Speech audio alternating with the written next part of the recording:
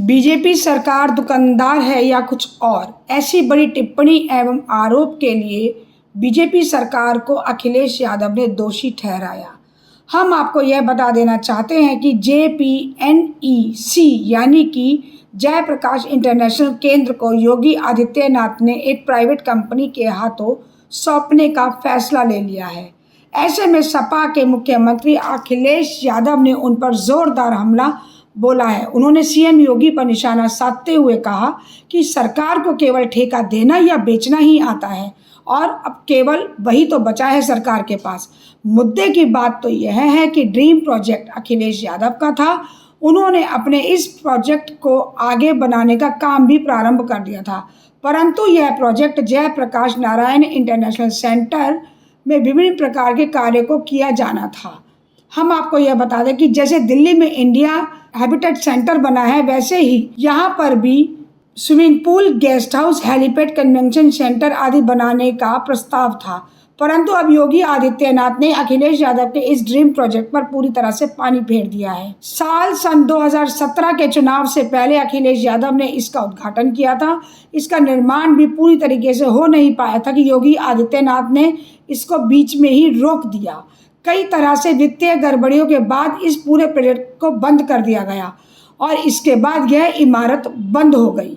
वहीं सपा पार्टी ने इसे लेकर बीजेपी को लगातार कई बार घेरना उचित समझा, परंतु वह अपने इस कार्य में भी नाकामयाब रही और कब्जा वापस नहीं ले पाई। परंतु ऐसा बिल्कुल भी नहीं हुआ कि जब हुआ तो कई सालों के बाद अखिलेश यादव ने यह ड्रीम प्रोजेक्ट योगी आदित्यनाथ सरकार के प्राइवेट कंपनियों के हाथों में सौंपने का फैसला ले लिया। हम आपको यह बताना चाहते हैं कि योगी आदित्यनाथ ने लखनऊ में बने JPNEC को 2 निजी कंपनियां वृंदावन बॉल्ट्स और रॉकवुड होटल को 35 साल की लीज पर देने की मंजूरी भी दे दी है।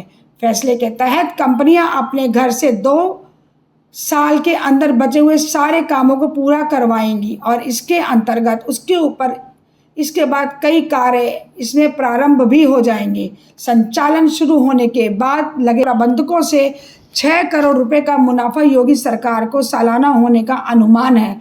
अब मुद्दे की बात यह है कि शायद योगी आदित्यनाथ को सरकार की इस अखिलेश यादव के ड्रीम प्रोजेक्ट से जो 6.5 करोड़ का फायदा नजर आ रहा है, कहीं ऐसा तो नहीं कि अखिलेश यादव की प्रोजेक्ट को अपने अंडर में लेने का यही एक बहुत बड़ा कारण बन गया हो। किन्हीं 2 निजी कंपनियों को आखिर कार्य प्रोजेक्ट क्यों करने के लिए दिया गया?